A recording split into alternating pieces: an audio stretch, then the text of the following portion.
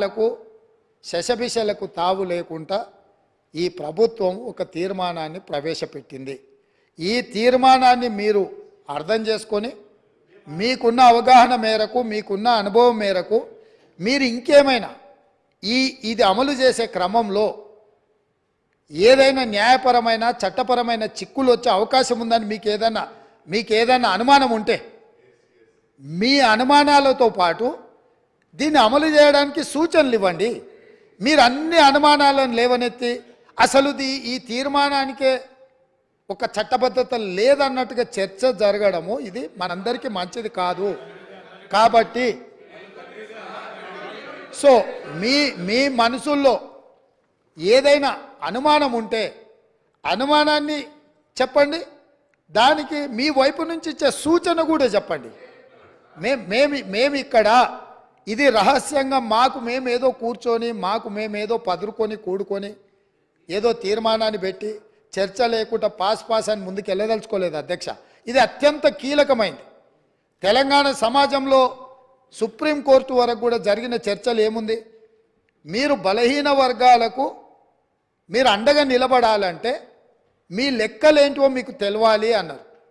ఈ బలహీన వర్గాల లెక్కలు తెచ్చి వాళ్లకు నిధుల విషయంలో నియామకాల విషయంలో సహేతుకమైన వాళ్ళ వాటాను వాళ్ళకి ఇవ్వాలని ఆనాటి కేంద్ర ప్రభుత్వం 2011లో ప్రయత్నం చేసింది. ఆ ప్రయత్నాన్ని తదనంతరం వచ్చిన కేంద్ర ప్రభుత్వము ఆ విషయాలను అన్నిటిని కూడా తొక్కిపెట్టి ముందుకు తీసుకురాలి. 1931 తర్వాత మళ్ళీ మా ప్రభుత్వమే యూపీఏ ప్రభుత్వమే శ్రీమతి సోనియా గాంధీ గారు చైర్పర్సన్గా ఉన్న యూపీఏ 2లో 2011లో ఆనాడు ఈ పూర్తి వివరాలను కేంద్ర ప్రభుత్వమే చేపట్టింది అధ్యక్ష. ఆ నివేదికలను బయట పెట్టకుండా తర్వాత వచ్చిన నరేంద్ర మోడీ గారి ప్రభుత్వం అడ్డుకున్నది. 10 సంవత్సరాలు ఆ ప్రభుత్వం అడ్డుకున్నది. 10 సంవత్సరాలు గత ప్రభుత్వం సమగ్ర కుటుంబ సర్వే చేసి వివరాలు బయట పెట్టకుండా ఈరోజు ఆ వివరాలను కూడా దాచిపెట్టారు. అందుకే ఈరోజు మేము స్పష్టంగా, ఎందుకంటే 1% ఉన్నోళ్లకు డెఫినెట్గా బాధ ఉంటుంది. ఎందుకంటే మేము 1% రాష్ట్రాన్ని అంతా మా చేతుల్నే గుప్పిట్లో పెట్టుకున్నాం. ఈరోజు లెక్కలన్నీ బయటకు వస్తే 50% ఉన్నోళ్ళకి ఎక్కడ మనం రాజ్యాధికారంలో భాగం ఇవ్వాల్సి వస్తుందన్న ఆలోచనతోటి కొంతమందికి బాధ ఉండొచ్చు అధ్యక్ష. నేను ఆ వివరాల జోలికి వెళ్ళదలుచుకోలేదు. ఇప్పటికైనా ప్రధాన ప్రతిపక్ష నాయకుడు వారు వచ్చి, ఒకవేళ వారు రాకపోయినా వారిని ఎవరినైతే చేయాలనుకున్నారో వారు మాట్లాడకుండా పక్క నుంచి నకలు చిట్టీలు అందించి పెద్దలు కడియం శ్రీహరి గారిని కూడా తప్పుదో పట్టించే ప్రయత్నం చేస్తారు. ఎందుకంటే పాపం వారి కడియం శ్రీహరి గారి చిత్తశుద్ధి పట్ల మాకు ఎలాంటి అనుమానం లేదు. నేను పదే చెప్పినా ఇప్పుడు కూడా ఆన్ రికార్డులో చెప్తున్నా. కాకపోతే సావాస దోషం అంటారు కదా, కొంతమంది పక్కలో కూర్చొని వారిని కూడా తప్పుదోవలో నడిపించే ప్రయత్నం చేస్తుండ్రు. దీనికి సంబంధించి అధ్యక్ష పార్లమెంట్ మార్చాల్సిందే, సీటు కాదు బయటికి పంపాల్సిందే. సీటు మారిస్తే కూడా గాలి జోకితే మళ్ళీ ప్రమాదం ఉంటుంది. నేను స్పష్టంగా నేనే క్వశ్చన్ వేసిన అధ్యక్ష.